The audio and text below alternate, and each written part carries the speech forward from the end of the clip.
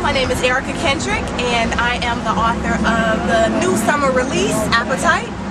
It's the second book in my series with Random House. The first book was Confessions of a Rookie Cheerleader. That came out in '07, for those of you guys that are familiar with it. Appetite is the spin-off of Confessions, and it's the story of the main character in the first book's best friend, and it takes place here in Manhattan in all its glitz and glory. The tag for that is, it's what happens when Sex and the City meets Girlfriends meets All My Children. And it's the story of a budding starlet who ends up in a love triangle with her boss and an NBA player and a lot of celebrity scandal. The New York Post, page 6, is also one of the main characters, as is Manhattan. So if you love New York City, you love Gotham, you're a Gotham girl yourself, and you're into soap operas, it's a good look. Confessions of a Rookie Cheerleader, like I said, came out in '07, and I used to be a Chicago Bulls cheerleader for those that don't know. And the backdrop of that novel is authentic. It's a very sexy, spicy story, and the tag for that is, it's what happens when Sex and the City meets Girlfriends meets the LA Laker girls. It's fiction. The names and places have been changed to protect the guilty, and it's juicy and sexy with a lot of scandal also. Some people ask me, is it the same as Confessions of a Video Vixen? And the answer to that is yes and no, because it is just as juicy. However, it's what I call the make-believe life of an NBA cheerleader. But you get a glimpse into what happens behind the scenes of an NBA cheerleading team, as well as what goes on between the players and the cheerleaders. And then it's also about good, supportive love between good girlfriends who happen to be fabulous and aspirational, but are very flawed in texture at the same time. A lot of people say, you were an NBA cheerleader, what made you want to get into writing? Well, for me, I've always loved writing, I've always loved dancing also. And I was a trained dancer when I was little, so when you get to be a certain age, there isn't a lot of options for you, unless you want to join A-League or you want to tour with Jockey Ballet or something like that. Anyway, professional cheerleading is professional dancing. A lot of people misunderstand. So for me, that was an easy transition. I had to train my ass off for like a year and audition with thousands of people, but it was worth it in the end.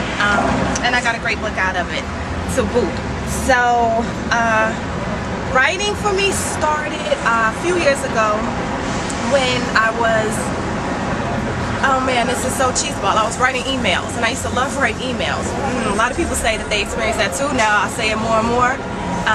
And I decided to start doing short stories, and then I was sitting down with an MTV exec, and we were fleshing out a treatment for a reality show I was pitching, or was thinking of pitching, and that turned into the book. So that's a long story short, and I've never looked back. I love it. It has changed my life. There are a lot of things that I'm interested in, but this is definitely one of my passions. And people say, you know, what do you like more, cheering, dancing, or writing? I love it all. I also love television production. I also love throwing fabulous events for women of color that are centered around dating, that are centered around empowering themselves so that they can bring their best self to the table when they're put in a situation where a guy of interest is in front of them. I love a lot of things. That's one of my blessings and my curses. So I moved to New York City after cheering, but also I was working on my MBA at the time, or shortly after, and I was studying marketing and international business. So I miss Chicago a lot now that I'm in New York. I don't like New York better than Chicago. That's like saying, you know, do you like this amazing new place that you live better than your hometown? So I can never say that, but Chicago has a super special place in my heart. But New York is fabulous. It is what it is, like fabulous. I wouldn't trade that. It was one of the best decisions that I made. When I moved here, I didn't know that many people, but I got an opportunity to work at Def Jam. I had been interning at J Records when I was in business school, and I didn't want a music career, but I wanted to do marketing in a creative environment.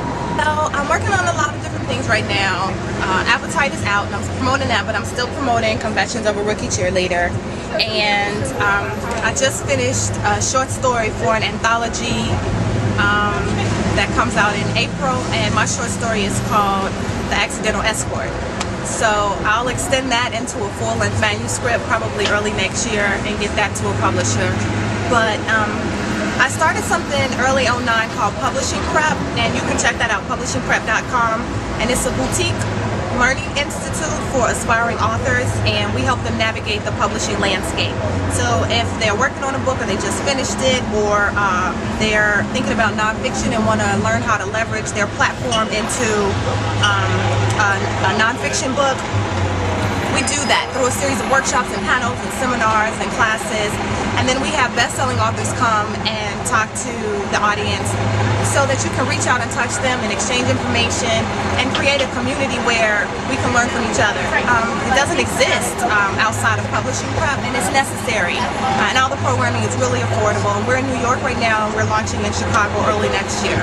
So I do that, and then I also have a production company called Stiletto Stories on film, and we do television and we do documentaries, and so we've got a doc that's in post right now, and then I've got a TV show, Swagger, that airs every other Tuesday here in Manhattan on cable, and those are all dating shows or dating oriented.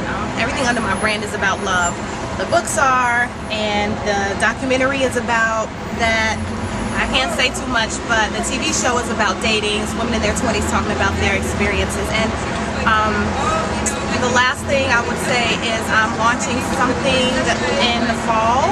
I can't talk too much about it, but it's New York centric, and it's also for women, but it caters to our beautiful, beautiful black men. And it's us giving back to them in a very sexy way.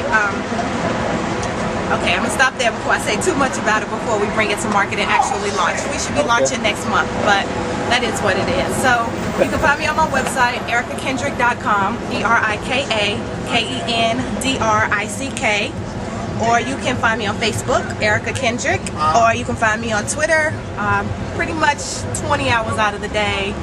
You can Google Erika Kendrick, or my Twitter is @Cheerleader E. And that's me. Hi, this is Erika Kendrick, and you're tuned into hiphopgossipsite.com.